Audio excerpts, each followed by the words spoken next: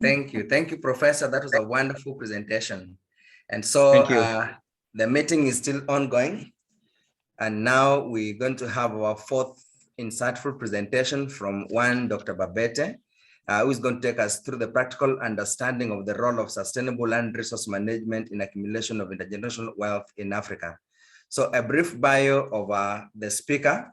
Dr. Babette is from Cameroon, a lawyer specializing in business law as a primary specialty. She is currently a PhD student in land resource management at China University of Geosciences. Her main objective is to integrate environment into entrepreneurship for effective, efficient, and effective development through green entrepreneurship and conscious entrepreneurship. She wants to make life easier around her by using her expertise to protect people and their environment, innovate and create lifestyle. And so we are so privileged to have her around. Through OAAD, her aim is to make OAAD known in all Africa, especially in most French-speaking countries, in order to help increase the reputation of African researchers. Through our work, her rigor and sense of detail in law issues, Abdoulaye became in 2018 the youngest consultant in seed innovation ecosystem, where she evolved as an executive assistant in charge of legal and foreign affairs. Very active and passionate, she also positioned herself in the company to manage and supply portfolio in the Square Solutions, a distribution ecosystem that aims to modernize and open African markets to the world. And so it's a great privilege that we're going to get an excellent presentation on insightful on how to manage ecosystem through this. Welcome, Dr. Abdoulaye. I'll stop sharing, then you can share your screen. Okay, thank you so much, Dr. Ayugi. Thank you to OAAD for having this, for organizing this session. So, and allow me to express myself today. So my topic today is going to be about the role of sustainable land resource management for intergenerational wealth in Africa. So basically, we are going to travel through the reality, the problem faced, the solution, and then our contributions as intellectuals. So for the reality, I'm going to share with you the debate on the natural resources management, which is actually a fun debate because I want to ask you a question. Do you think that poor people are actually the ones responsible for environmental degradation? Actually, this was one opinion that was highly accepted long ago in the literature, because they thought that poor people, they are so poor that the only way they can live or sustain themselves is by exploiting the resources provided to them by the environment. And they exploit so much resources that the environment degrades and then they become poor again.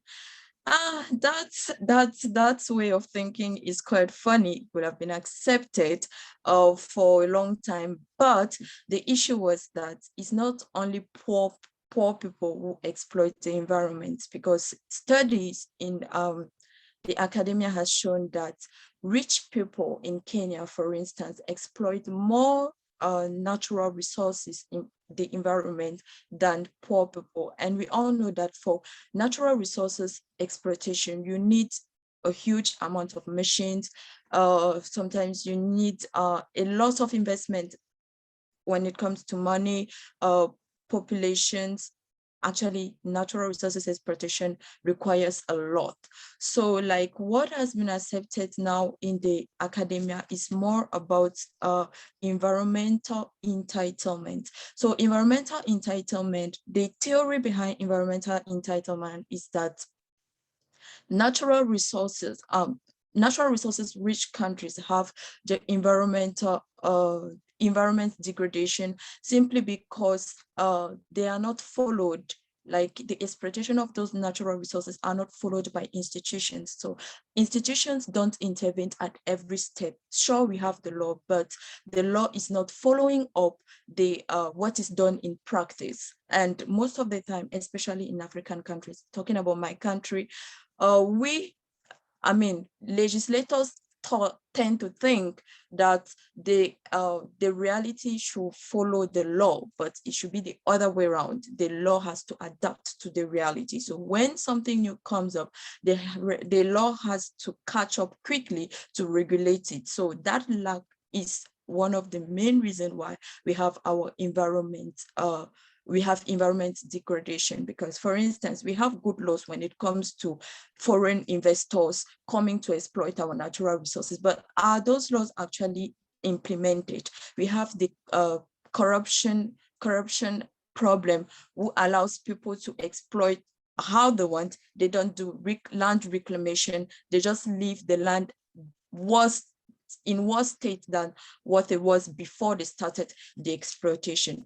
But all the same, no matter the debate that will be ongoing about why or how, we need to find a solution. And the solution is sustainable development. And in order to meet sustainable development, there is a reality on the ground that land inequality is growing higher and higher. So few people are in possession of huge hectares of land. Meanwhile, there are a lot of people who are not able to have access to those land, especially in Africa, where an individual can own a land. So to solve this problem, sustainable development requires us to look at three big rings, like as you can see on the left on your screen: environment, society, economy. All of them, like, they are all inclusive. We can't focus on one without the other, because they have impacts. It's just all about interaction. So what is the problem? Why is natural resources management, land resource management, so complex nowadays? The answer to that is that, first, the strength of Africa is that we have abundant natural resources. We have so much natural resources, and a lot of them have not yet been discovered. And those natural resources are renewable and non-renewable resources. But at the same time, we have like our weaknesses. And what are the weaknesses that we have? We have multiple crises. We have like poverty, demography. When I talk about demography here in like our weakness, is because we are not, Africa has a young population. We are young, we are a lot, but we are not exploiting that that huge number in our demography. Instead, the more we grow in population, the poorer we become, because people find it difficult to find jobs, to adapt, and to create innovations. And that's why OAAD is here, to help all doctors to be able to reach financial independence. We don't have to wait for the government to do something. You have, with what you learn, what you know how to do, start something. So around the problem that we have, I'm not going to teach you anything new. We all know that deforestation is one of the huge problems. But this picture on the right, what I wanted to emphasize on is that the two highest we have is deforestation, that's one, and the other one, who talks about deforestation, talks about threat to biodiversity, and both of them are located on land and in forests. So we have to pay more attention to that. And a study,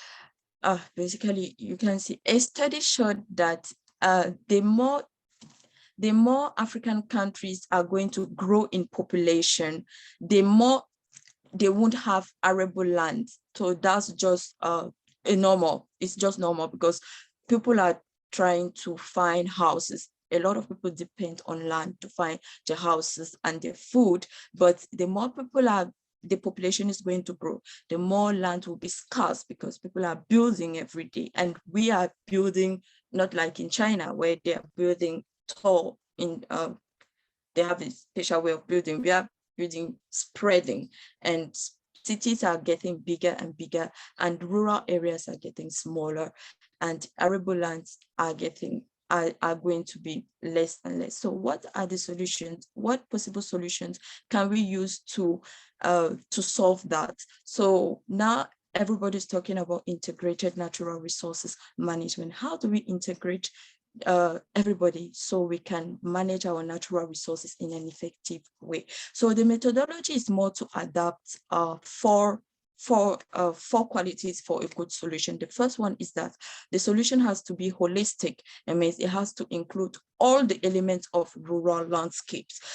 In my country, for instance, our government has recognized the land property to local populations. So if a company, foreign company wants to come and exploit natural resources in a rural area, they first have to consult with the rural population that's represented by the chief. So by so doing, the rural population, they can be aware of what is going to be done at their particular, where it's going to be done, what is required, how are they going to be compensated? So that is what I can call an improvement in the Cameroonian law, because at first they didn't recognize rural rights, land rights ownership to local population. They would just come and expropriate you from your property just like that. But that's one solution that I can really praise. And the other characteristic of a good solution for integrated natural resources management is the solution needs to be comprehensive, means that it needs to embrace a lot of values attached to rural landscape. I'm actually talking about rural landscape, but you can include all landscape. I'm more focusing on rural landscape because we know our reality back home in Africa is that agriculture, most of the things, land exploitation is located, forest is more in remote areas. In cities, like it's scarce to find a city that's in the middle of a forest or surrounded by forest. So the solution needs to be comprehensive as well as systematic. So we have to consider all the interaction, because we are having a lot of problems with our natural resources, our land resources management, because we are not taking in consideration all the actors, the stakeholders who are taking part in the exploitation. So be it rural population, institutions, foreigners, even the citizens, or everybody that's going to be impacted by the exploitation. And we have to be able to empower the stakeholders. So this solution needs to be empowering for our population, so they can say, we don't want an exploitation here. We don't want this tree to be cut, because development in Africa development follows the road. So like when you have to build the road first before there can be development. Meanwhile, that's not how it's done in China, for instance. They build roads, then they invite people to develop the place. So I think that's one thing that Africa needs to change as well. So as a solution, we can just adapt this sustainable landhood framework, which needs human capital. So we have to focus more on our human capital and give power to our demography. We have youth, we have the population, we have to exploit that number. We are strong in numbers. And the other one is the natural capital. A study showed that Africa still has a lot of areas where the biodiversity is still intact compared to other continents. And we still have, we still keep our traditions. There are some villages where they still keep their traditional way of farming that are quite better than those machineries farming that are actually complicating things in a long run. With a lot of chemicals, environment pollution, land degradation. We also have to focus on the financial capital. It means like there are some people who have the power to invest the money, but they just don't know where to do that. So we can focus on that and redirect the financial investment to the needy. We have to consider the social capital as well, the knowledge, the relationship, building that network of people. That's why OAAD is here, for us to build that network. You have your strength, you have your weaknesses. I have my strength, I have my weaknesses. We can both compensate each other, because I can help you with your weaknesses and you can help me with mine. And the other thing is the physical capital. Our government needs to be really strict and serious as when they do the urban planning. They have to do a serious study before deciding to build a road in a particular way. They should not just wake up and then start breaking people's house because they need to build the road. So those are the different aspects that need to be targeted, and we have to give power to our forest. And as you can see on the map, forest is really forest in Africa is really decreasing. Like there is more and more desertification in Africa. Meanwhile, we have the means to keep that forest. We are exploiting our forest without planting trees to save for the next generation. So the intellectuals, we have to be cautious about that and try to make modifications. Contributions. What you as an intellectual can you do to help improve? The objectives are 3, like improve the productivity of resources for human well-being. And to do that, we have direct drivers of change and indirect drivers of change. And the second objective is action, research, and empowerment. Like your research must be able to solve a particular situation, and you can follow up on that, not just find a solution, study for 3-4 years just to find a solution and then just give up about it. You have to follow up and make sure it's implemented by the government. Then we have adaptive management. So the only thing constant in life is change. So if you know that you can quickly adapt and make sure that when a problem pops up, you find a solution immediately. You don't have to wait for the problem to persist before you can find a solution. And that's one strength we can learn from China, because they are proactive, but they are not just reactive. They don't just react to things, but you know in advance, you can predict, you can foresee. The best way to solve a problem is to foresee it. So as direct drivers of change, I would just insist on technology adaptation and use. Technology now, as the former speaker said, Professor Chris, is developing, and Africa needs access to those technologies. So we who have the chance to be abroad, to go abroad, we can encourage the people we know to be computer literate, to know more about the technology, because that's one thing we will really need as we are moving ahead. And the indirect change that we can do is to dive into economy. Like if if we focus on the technology, it will have an impact on the economy as well, because the more you know how to use technology to make money, to make your product seen, to look for connections abroad, the better your business will become. So, and a way of doing business for us intellectuals is for using the skills and the tools we have. In Africa, we really need GIS expert. We need a system of thinking that's different from what has been done for years. And in doing that, we can create learning organizations. Just like OAAD, we have OAAD. If you have a skill, you know how to do something, and you want OAAD to promote it, you can share, because we are all about developing Africa and making Africa grow. And we need to change, starting with us, with ourselves first. Like we have to search for appropriate partnership, change our behavior. Talking about environment, land resources management starts with you. How many of us have parents who have land back home, or who are used to go to villages during farming, during holidays for farming and stuff? We can talk to them and make them understand the importance of what we understand now that we didn't understand back then, and help them to preserve what is there by the traditional way of farming. We take the good, we keep the good, we change the bad.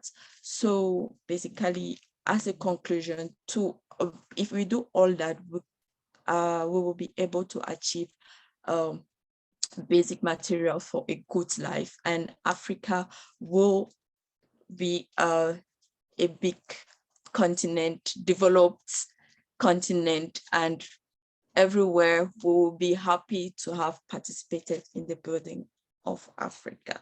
So that was all for my presentation. Thank you. Wow, thank you so much, Dr. Babette. Like, you nailed it right on point. Really appreciate all you've had to teach us on land deforestation. And I think the way you actually opened the entire presentation, like, who is actually responsible for these things? Is it the poor? Is it the rich? But as we got a feedback on the chat room, all of us, we are actually playing either a direct or an indirect role. So thank you once more for your presentation. And please, I also want to encourage all the participants, if you have any questions, comments, suggestions, feel free to post them on the chat box. If you have a question, either of the speakers that you're addressing to, they would get in contact with you directly. Please do that. Thank you so very much.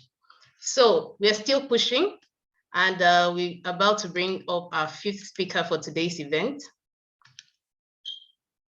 In the person of Dr. Hulda Fambo. She's the OAAD